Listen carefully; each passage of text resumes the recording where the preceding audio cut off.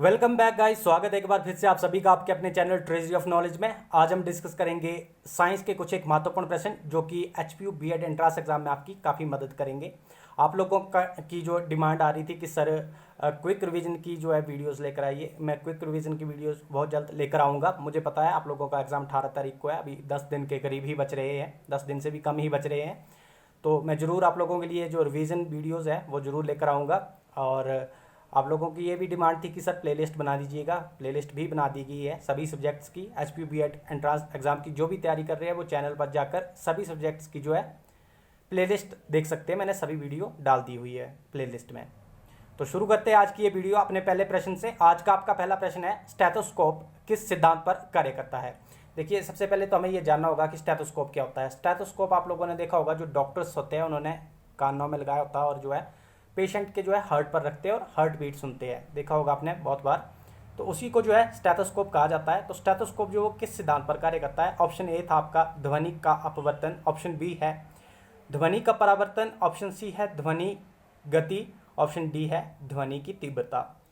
तो इसका जो सही आंसर है वो है ध्वनि का परावर्तन। ध्वनि का परावर्तन क्या होता है, ऑप्शन बी इसका बिल्कुल सही आंसर है।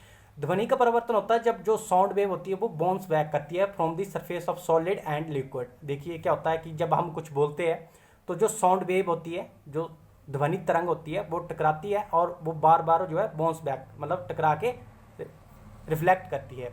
तो उसी को क्या बोलते हैं हम, ध्वनि का परावर्तन। तो इसका जो सही आंसर था ध्वनि का परावर्तन, ऑप्शन बी बिल्कुल सही आंसर होगा। अगर मैं इसको इंग्लिश में बताऊं तो प्रश्न इस प्रकार से बोला गया है, क्योंकि यहाँ पर इंग्लिश में है नहीं लिखा हुआ। Stethoscope works on which principle, ये पूछा गया है कि स्टेथोस्कोप जो किस सिद्धांत पर कार्य करता है। और इसका आंसर इंग्लिश में जो है बाइलिंगुअली भी आप लोग बोलते रहते हैं, रिफ्लेक्शन ऑफ साउंड कहते हैं इसको। किसको, ध्वनि का परावर्तन को क्या कहा जाता है, रिफ्लेक्शन ऑफ साउंड। इसको भी ध्यान रखिएगा। उम्मीद है आप लोग समझ गए होंगे। मूव करते हैं अपने नेक्स्ट क्वेश्चन की ओर। अच्छा, एक बात और बताना चाहता हूँ मैंने आप लोगों को एक क्वेश्चन डाला था कम्युनिटी पे भी, यूट्यूब पर आप लोगों ने आंसर किया है।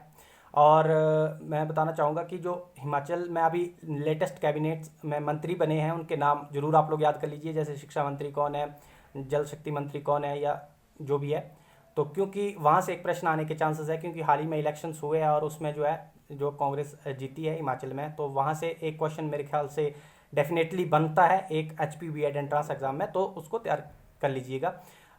मैंने डाला भी था कम्युनिटी पे कि वर्तमान में हिमाचल प्रदेश के शिक्षा मंत्री कौन है। तो रोहित ठाकुर जी जो है वर्तमान में हिमाचल प्रदेश के शिक्षा मंत्री है। पेपर में पूछा जा सकता है, और भी मिनिस्टर्स पढ़ लीजिएगा क्योंकि पेपर में जरूर बनता है। एक क्वेश्चन मुझे ये डेफिनेटली लग रहा है, इसलिए मैंने आप लोगों को रिकमेंड कर दिया। अच्छा, अगला प्रश्न देखते हैं हम।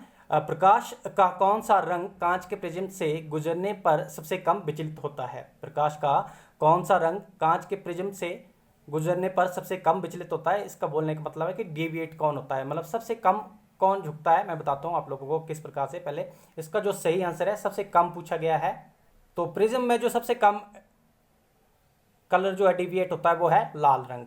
और सबसे ज़्यादा कौन सा होता है, अगर पूछा जाए कि सबसे ज़्यादा कौन सा होता है, तो सबसे ज़्यादा होता है आपका वायलेट कलर, जो ऑप्शन डी में आप लोग देख पा रहे होंगे। ऑप्शन डी बैंगनी कलर जो है सबसे ज़्यादा डेविएट होता है। सर नहीं समझा रहा है कि डेविएट का क्या मतलब है या फिर विचलित होने का क्या मतलब है। देखिए, इस प्रकार से प्रिज्म होता है आपका, इसको प्रिज्म बोलते हैं। ये शीशे का होता है। अगर नॉन साइंस बैकग्राउंड से आप लोग बिलोंग कर रहे हैं उनके लिए बोल रहा हूँ मैं। तो ये रे ऑफ लाइट जा रही है, मान लेते हैं इस प्रकार से, और यहाँ से जो है ये थोड़ी सी नीचे की तरफ को बैंड हो जाती है। यहाँ से थोड़ी सी नीचे की तरफ को बैंड हो जाती है, माफ़ी चाहूँगा, यहाँ पर ऐसे करके नीचे की तरफ को बैंड हो जाती है। दूसरी रे ऑफ लाइट आई, अलग अलग कलर्स की है ये, मान लेते हैं कि ये भी ऐसे बैंड होगी, ये भी ऐसे बैंड होगी नीचे की तरफ को, तो इसको जो है डेविएशन बोलते हैं। पहले ये सीधी जा रही थी, उसके बाद ये नीचे की तरफ को थोड़ी सी बैंड हो गई थी। आप लोगों ने एक सुना भी होगा, VIBGYOR, V V G G Y O R, ये सुना होगा आप लोगों ने। ये कलर है violet, blue, green, yellow, orange और रेड। तो देखिए इनका रहता है नीचे से, ये कितने हैं, तो जो सबसे ज़्यादा झुका होता है वो होता है आपका वायलेट कलर, वी से डिनोट करते हैं। वायलेट को बैंगनी बोलते हैं हिंदी में। और जो सबसे कम झुकता है, जो सबसे कम बैंड होता है, यहाँ पर मैं बता रहा हूँ आप लोगों को, यहाँ पर जो सबसे कम बैंड हो रहा है उसको जो कौन सा कलर है, ये रेड कलर है। मतलब नीचे से ऊपर की तरफ को लिखते हैं विबग्योर को। और सबसे ज़्यादा कौन हो रहा है, वॉयलेट हो रहा है। अगर पूछा जाए कि प्रकाश का कौन सा रंग जो है कांच के प्रिज्म से गुजरने पर सबसे ज़्यादा विचलित होता है, अगर ज़्यादा पूछा जाए विचलित का बोलने का मतलब जब प्रिज्म में से गुजारेंगे तो सबसे ज़्यादा बैंड कौन होगा, कौन सा कलर की जो वेव है, रे है, माफ़ी चाहूँगा, जो कौन से लाइट ऑफ कलर की रे है जो सबसे ज़्यादा बैंड होगी, तो कौन सी होगी, वॉयलेट की होगी। यहाँ क्या पूछा गया है, सबसे कम पूछी गई है, तो सबसे कम बैंड कौन सी होगी, रेड होगी। तो इसको आप लोगों ने ध्यान रखना है। उम्मीद है आप लोग समझ गए होंगे। मूव करते हैं अपने नेक्स्ट क्वेश्चन की ओर। किस रोग को जांचने के लिए विडाल टेस्ट किया जाता है? देखिए वाइडल टेस्ट जो है वो किस रोग को जांचने, डायग्नोज करने के लिए किया जाता है? तो ये किया जाता है ऑप्शन ए टाइफाइड के लिए, मियादी बुखार इसको कहते हैं। टाइफाइड को जांचने के लिए जो कौन सा टेस्ट किया जाता है, विडाल टेस्ट किया जाता है। ये एचपीयू बीएड एंट्रेंस एग्जाम पूछा जाता है, इंपॉर्टेंट क्वेश्चन है, मैं स्टार लगा देता हूँ यहाँ पर, ध्यान रखिएगा।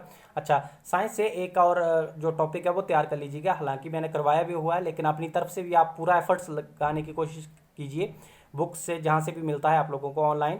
एक टॉपिक मैं आप लोगों को बता देता हूँ, जो साइंस से रिलेटेड पुरस्कार होते हैं उनको तैयार कर लीजिएगा, 1 मार्क्स वहाँ से आपका जरूर बनना है।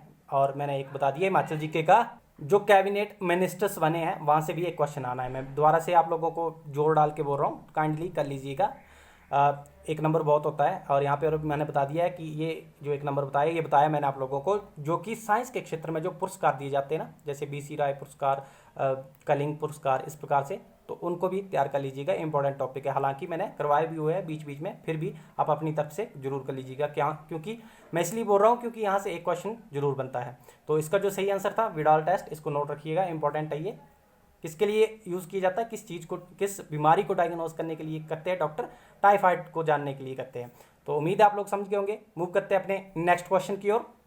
अगला प्रश्न है हमारा, निम्नलिखित कौन सा धातु हवा और पानी के साथ उच्च प्रतिक्रियाशीलता के कारण मिट्टी के तेल में रखा जाता है? साधारण शब्दों में बताऊं तो ये पूछा जा रहा है कि, सिंपली अंग्रेजी में बताता हूँ, which metal is kept in kerosene oil? इनमें से कौन सी धातु है जिसे मिट्टी के तेल में रखा जाता है? देखिए ये काफ़ी आसान क्वेश्चन है और काफ़ी इंपॉर्टेंट भी है, क्योंकि पेपर में पूछा जाता है। तो इसका जो सही आंसर है वो है सोडियम। सोडियम को जो है मिट्टी के तेल में रखा जाता है। अब आप लोग पूछेंगे कि सर क्यों रखा जाता है? सोडियम को मिट्टी के तेल में इसलिए रखा जाता है क्योंकि ये जो है हवा, और ये देख सकते हैं यहाँ पर लिखा भी हुआ है, धातु हवा और पानी के साथ में, मतलब कि वाटर और एयर के साथ में ये हाईली रिएक्टिव होती है, उच्च प्रतिक्रियाशील होती है। देखिए उच्च शब्द का इस्तेमाल किया गया है, मतलब हाईली रिएक्टिव होती है। मतलब अगर आप लोग सोडियम को ऐसे रख देंगे तो वो खुद ब खुद जल जाएगा और वहाँ डिस्ट्रॉय हो जाएगा, कुछ नहीं बचेगा वहाँ। अगर उसके ऊपर आप पानी भी फेंक दोगे तो वो ब्लास्ट हो जाता है एकदम से, इतना क्विक रिएक्शन हो जाता है सोडियम में। इसलिए सोडियम को किस में रखा जाता है? केरोसिन के ऑयल में रखा जाता है, ताकि वो हवा और पानी के संपर्क में ना आए, और जो वो सोडियम को रखा जाए उसमें रखा जाता है इसलिए। तो ऑप्शन ए इसका बिल्कुल सही आंसर है, सोडियम। अच्छा, सोडियम से एक और प्रश्न बन जाता है कि सोडियम का प्रतीक क्या है?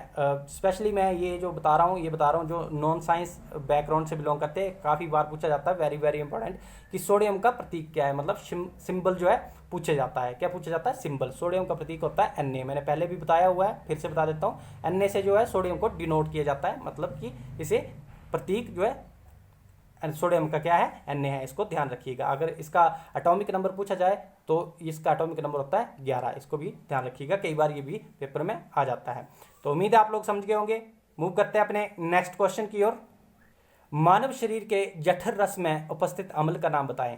Which of the following acid is present in gastric juice of human body? तो देखिए साधारण शब्दों में पूछा जा रहा है कि मानव के पेट में कौन सा अम्ल पाया जाता है?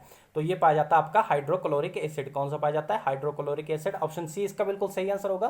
देखिए हाइड्रोक्लोरिक एसिड का कई बार जो है ऐसा भी पूछ लिया जाता है कि HCl का नाम क्या है? इस प्रकार से लिखा होगा कि HCl का नाम क्या है, तो आप नीचे ऑप्शन आ जाएंगे हाइड्रोक्लोरिक एसिड, हाइड्रोनाइट्रिक एसिड, इस प्रकार से। तो नाम से ही पता चल रहा है, H से हाइड्रोजन, Cl से क्लोरीन, तो हाइड्रोक्लोरिक एसिड इसको कहा जाता है। काफ़ी स्ट्रॉन्ग एसिड होता है, सिमिलर टू, लगभग मान सकते हैं उतना कंपैरिजन में, कि जो H2SO4 होता है ये भी सल्फ्यूरिक एसिड का सूत्र भी पूछ लिया जाता है। H2SO4 जो होता है सल्फ्यूरिक एसिड का सूत्र होता है। अम्लराज जिसको कहते हैं, प्रश्न भी बनता है इस प्रकार से कि इनमें से किस अम्ल को अम्लराज के नाम से जाना जाता है? तो ऑप्शन आ जाएंगे आपको कि HCl को जाना जाता है, H2SO4 को जाना जाता है, इस प्रकार से 2-3 और। तो किसे जाना जाता है? H2SO4, काफ़ी स्ट्रॉन्ग एसिड होता है।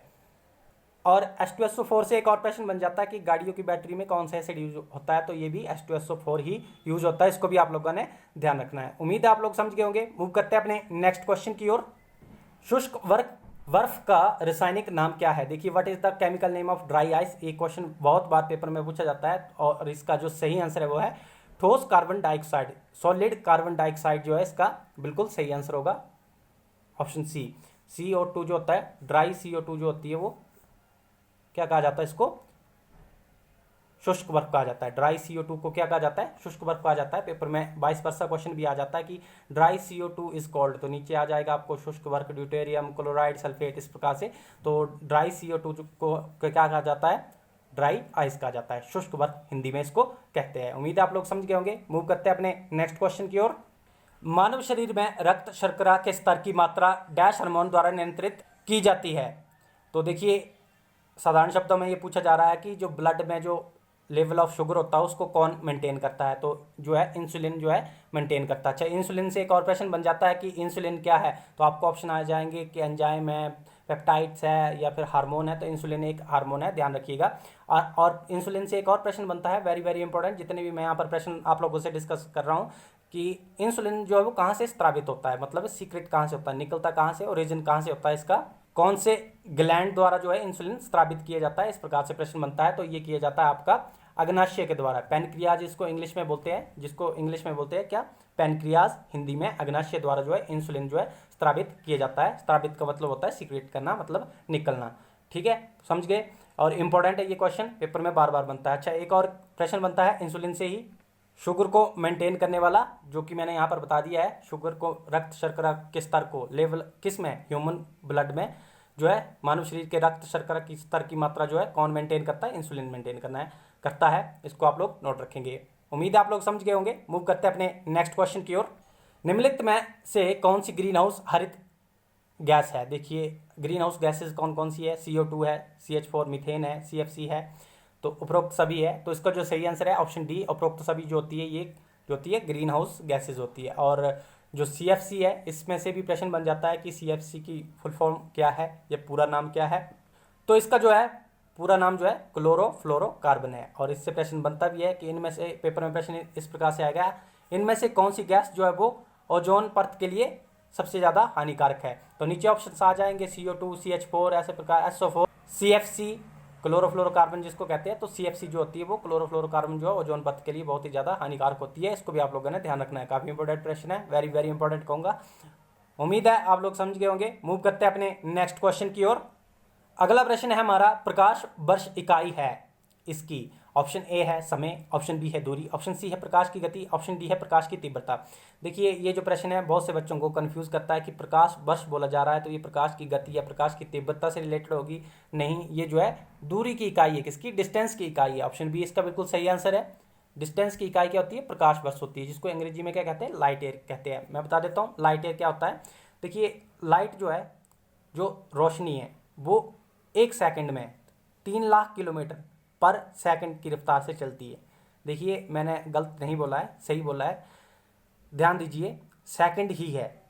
3 लाख किलोमीटर, इमेजिन कर सकते हैं आप 3 लाख किलोमीटर कितना हो सकता है। अर्थ से जो मून का डिस्टेंस है वो लगभग 3 लाख किलोमीटर का डिस्टेंस है, जब अर्थ और मून सबसे क्लोज होते हैं।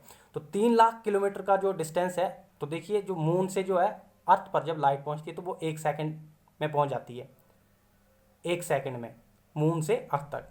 और वहीं अगर मैं बात करूं सन से अर्थ तक तो 8 मिनट 16 सेकंड्स लगते हैं, और जबकि सन जो है वो अर्थ से 15 करोड़ किलोमीटर दूर है। तो लाइट, स्पीड ऑफ लाइट आप खुद ही अंदाजा लगा सकते हैं कि स्पीड ऑफ लाइट कितनी तेज होती है। 3 लाख किलोमीटर पर सेकंड की रफ्तार से चलती है। पर सेकंड है आगे, ना कि मिनट, ना कि आवर, पर सेकंड, ध्यान रखिएगा, इंपॉर्टेंट है, इसमें कंफ्यूज बिल्कुल भी नहीं करना है, 3 लाख किलोमीटर ही है। और लाइट ईयर क्या होता है, लाइट ईयर का मतलब होता है कि 1 साल में जो लाइट जितना डिस्टेंस ट्रेवल करती है उसको कहा जाता है 1 लाइट ईयर।